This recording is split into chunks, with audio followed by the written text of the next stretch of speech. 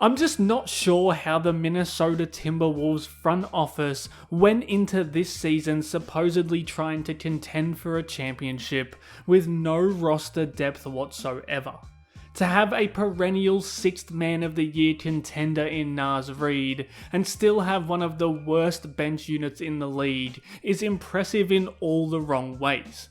And while Minnesota's lack of depth has hurt them all season, it's starting to feel like they've hit a breaking point. There's been the occasional promising moment from those bench guys behind Naz Reid, but in general they're not getting any punch offensively, they're not providing any defensive resistance, and the coaching staff seems to trust in developing any of their draft picks less and less by the day. And now Minnesota is on a 4-game losing skid, they're back in the play-in picture, and while the bench isn't the only reason they're in this spot, it's certainly the biggest one.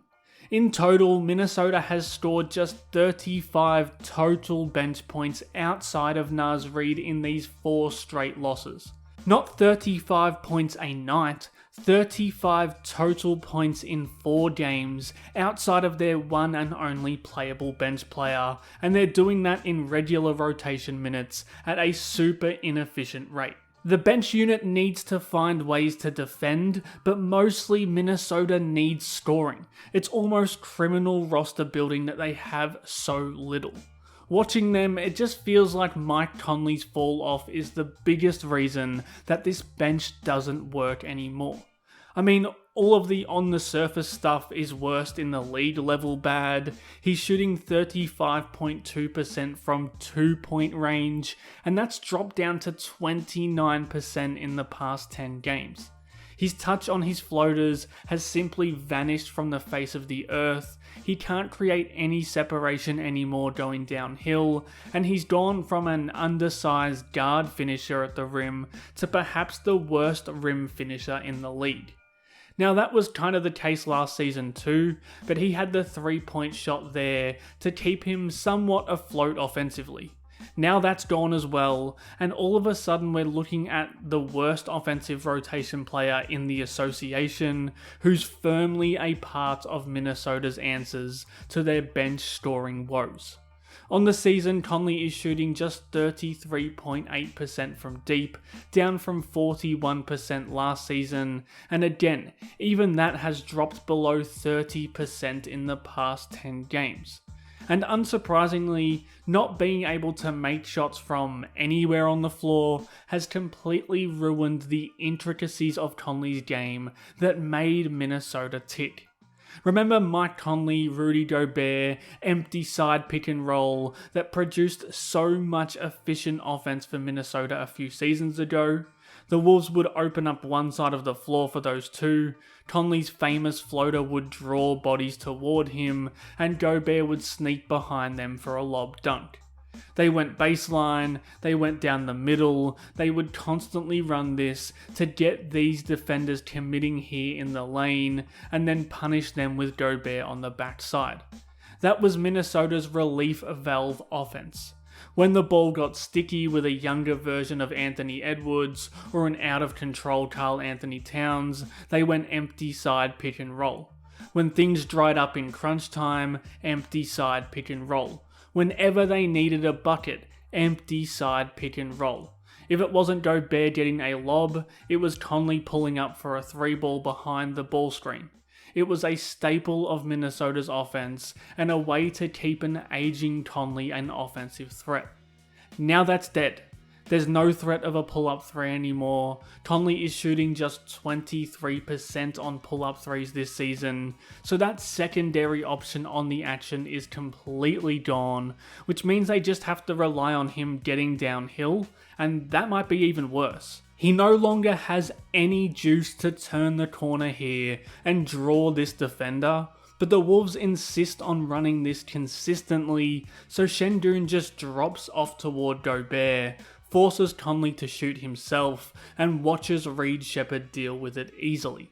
Conley wanting on-ball usage, well, needing it really without his shooting, and then not being able to function at all, is really hurting this Minnesota team.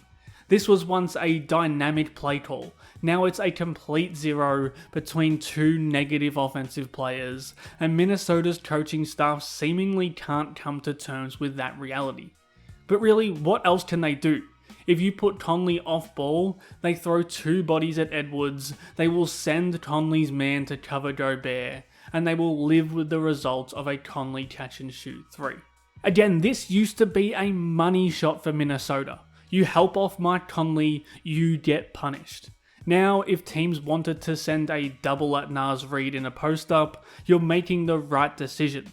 And if you get lucky, you might even be able to go at Conley for profit on the other end of the floor. Now, this is on the coaching staff more than it is on Conley.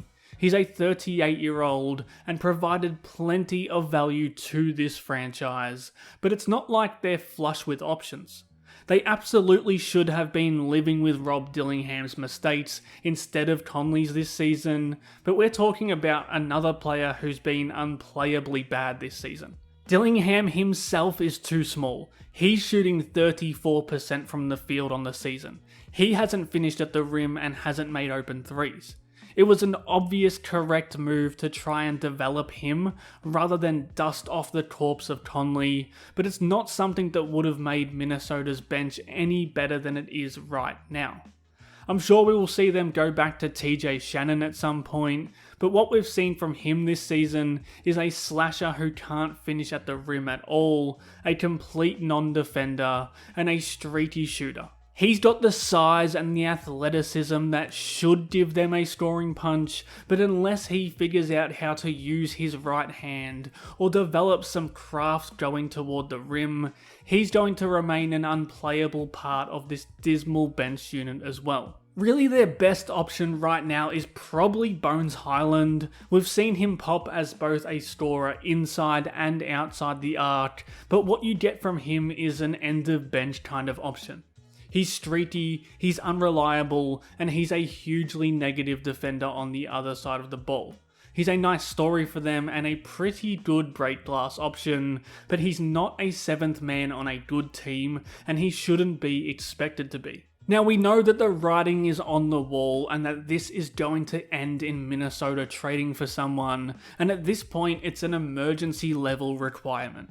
If they don't bolster their bench unit and find someone to help Naz Reid, who's having a great season since his rough start, carry the load offensively, they're going to stay in the play-in and heads are going to roll. If you want more breakdowns like this one, subscribe to Howls and Growls and drop a like or a comment to help the channel grow. Thanks again for watching.